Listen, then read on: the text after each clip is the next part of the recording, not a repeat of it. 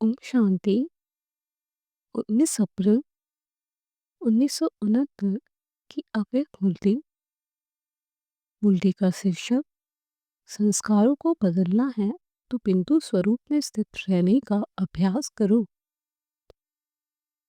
बाप दादा जब आते हैं तो हर एक में क्या देखते हैं? आप जब एकता को देखते हो तो क्या देखते हो?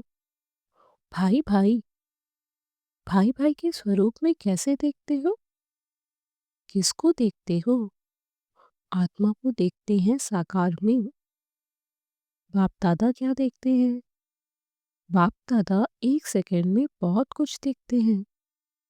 एक तो आत्मा की स्टेज देखते हैं, दूसरा सर्विस का चार्ट देखते हैं, तीसरा चाल चलन योग का भी चार्ट देखते हैं। चौथी बात क्या देखते हैं? भविष्य पद हर एक क्या बनने वाला है, वह बाप दादा अभी से ही देखते हैं। आप भी यह चार बातें देख सकते हो।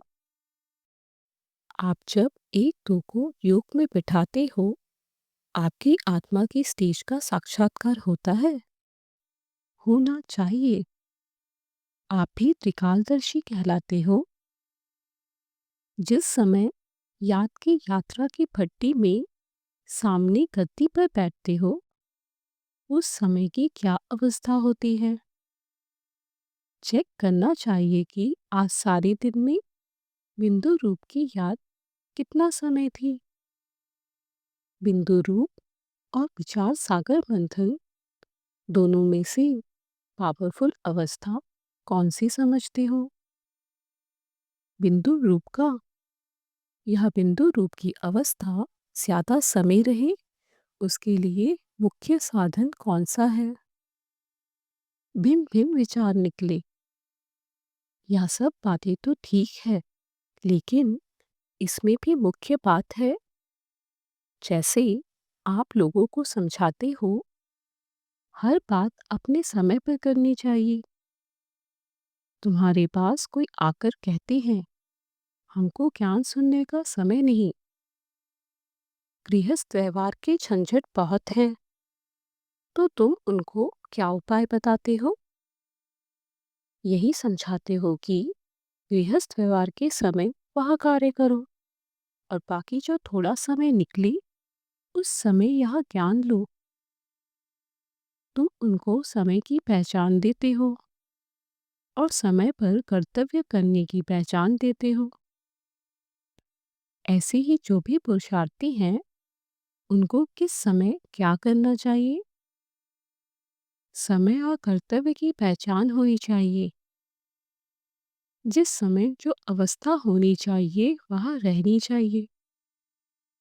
जैसे योग में बैठते हो तो वह समय ऐसा है जब बीच रूप अवस्था में स्थित रह सकते हो, तो उस समय फिर विचार सागर मंथन करने की आवश्यकता नहीं है। विचार सागर मंथन तो चलते फिरते नहाते खाते भी कर सकते हो। जैसे अव्यक्ति रूहान का समय मुकर्रर है ना अमृत वेले का, वैसे ही जब बैठते हो तो पहले बिंदु रूप में समय लगाना चाहिए, फिर रूहान में। जब देखो बिंदु रूप की स्थिति जास्ती नहीं ठहर सकती है, तो सेकंड स्टेज रूहान की पकड़ो। होता क्या है? अव्यक्ति रूहान या विचार सागर मंथन सहज है, वहां तो झट करने लग जाते हो, लेकिन बिंदु रूप में स्थित होना मुश्किल है, इसलिए ध्यान कम देते हो, लेकिन होना बहुत जरूरी चाहिए।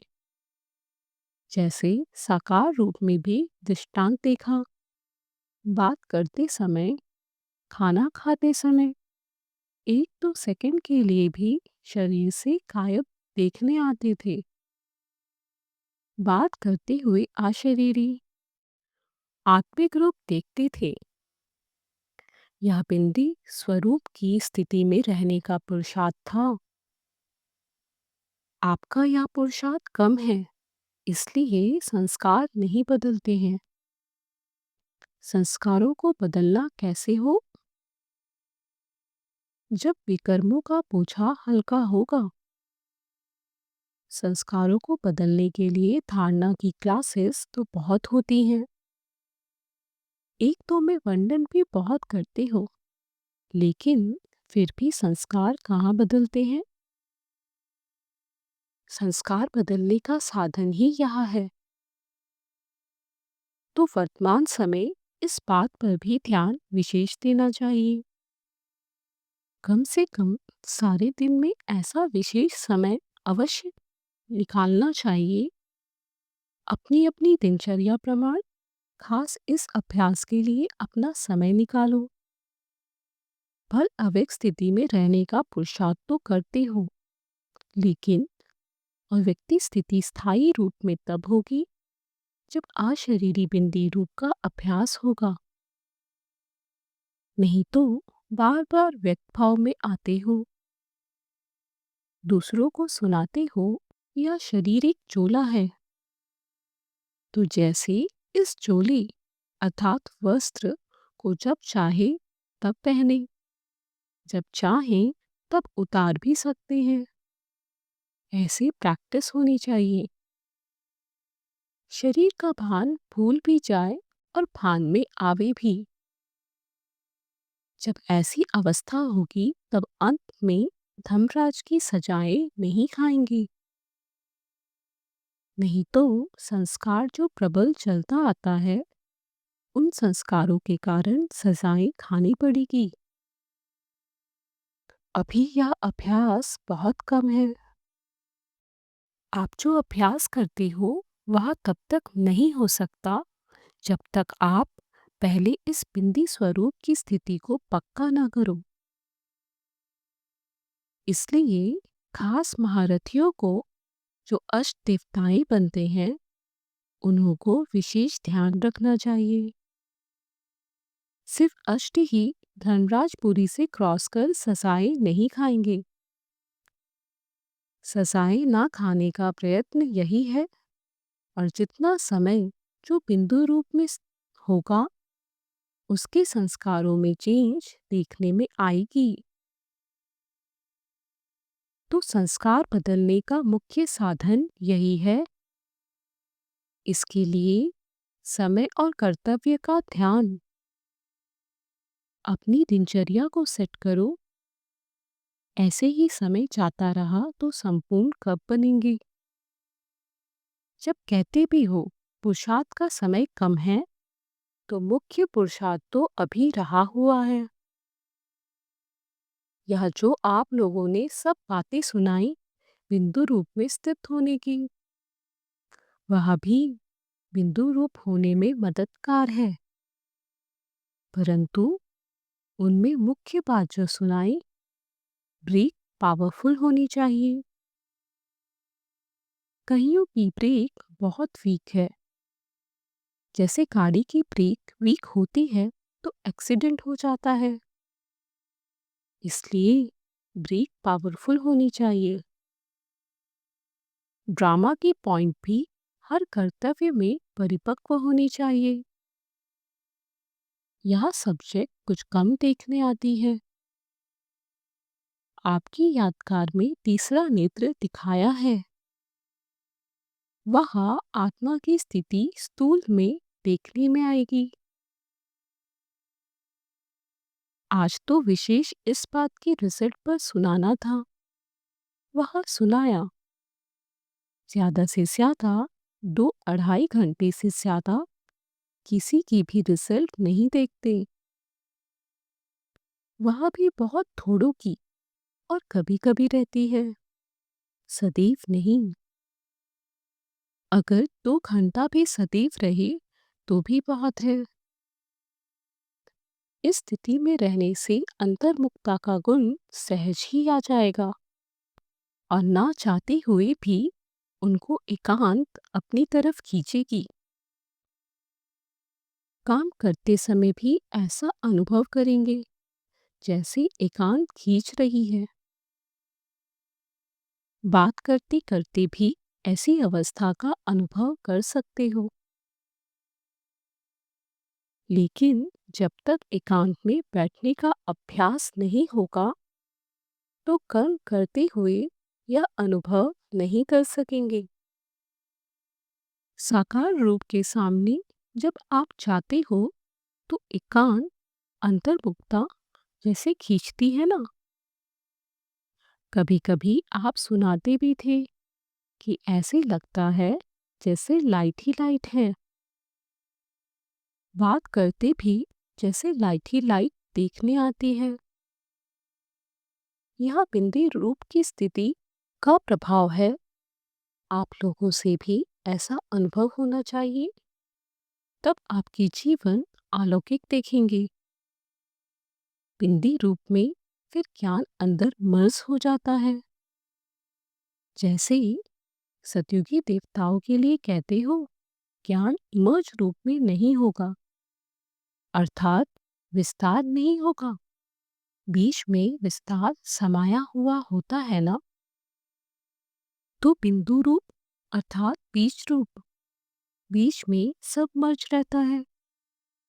फिर धरनी में बीज डालने से इमर्ज होता है। इसी रीति बिंदु रूप में सब ज्ञान मर्ज रहता है। इमर्ज तब होता है जब नीचे आते हो। बिंदु रूप में वह भरपूर अवस्था रहती है। यहाँ तो जैसे समाधि मिसल हुआ, नहीं, यहाँ समाधि की बात तो है ही नहीं। उनको ज्ञान कुछ भी नहीं है। वहाँ नील की अवस्था है। यह नील नहीं है, यह है ज्ञान स्वरूप हो जाना। आप मंथन करते हो कुछ पॉइंट को स्पष्ट करने के लिए, वह सेकंड स्टेज है। जैसे कोई साकार की बातों में ही रमण करते हैं, पर उनको भी योग कहेंगे, बाप दादा की ही याद रहती है, लेकिन परसेंटेज कम कहेंगे। उनको भी स्मृति कहेंगे, परंतु बिंदु रूप की स्थिति ज्यादा पावरफुल है।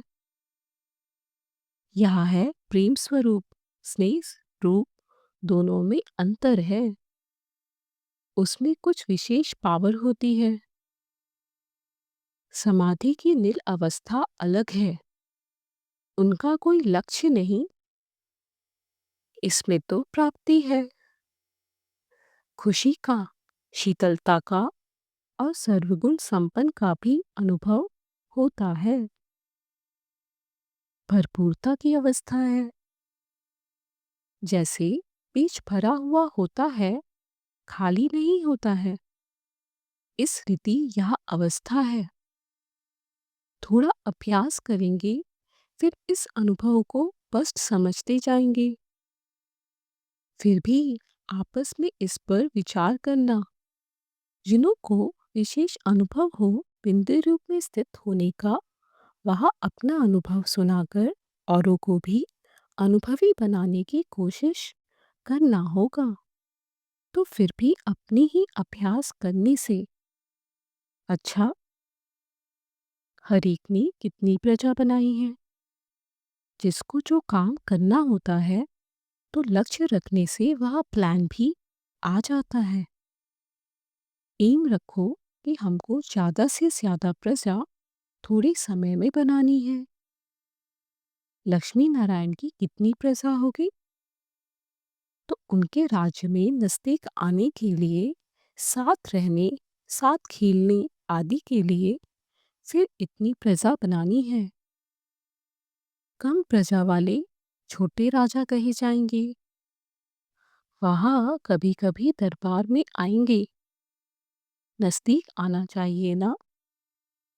जैसे रोज का चार्ट देखना है, वैसे प्रजा बनाने का भी चार्ट रखना चाहिए। फिर जब मिलने आना, तो ज़्यादा से ज़्यादा प्रजा बनाई हुई सामने देखें। ऐसा दिखाएंगे ना, प्रजा तो सबको बनानी है। अच्छा, अतीन्द्रिय सुख में रहते हो। अतीन्द्रिय सुख का अर्थ क्या है? अव्यक्त स्थिति में रह ईश्वरीय सुख का अनुभव करना। पीछे आने वालों को और ही रेस करनी है, आगे जा सकते हो। माया बल कितना ही भी आवे, लेकिन हिलना नहीं है। हिम्मत रखते हैं तो मदद भी देवी परिवार की मिलेगी, लेकिन अपने पुरुषार्थ से हटना नहीं है। पुरुषार्थ दिन प्रतिदिन नया है या पुराना है, खुद फल पुराने होते जाएं, लेकिन पुरुषार्थ नया होना चाहिए। अच्छा, ओम शांति।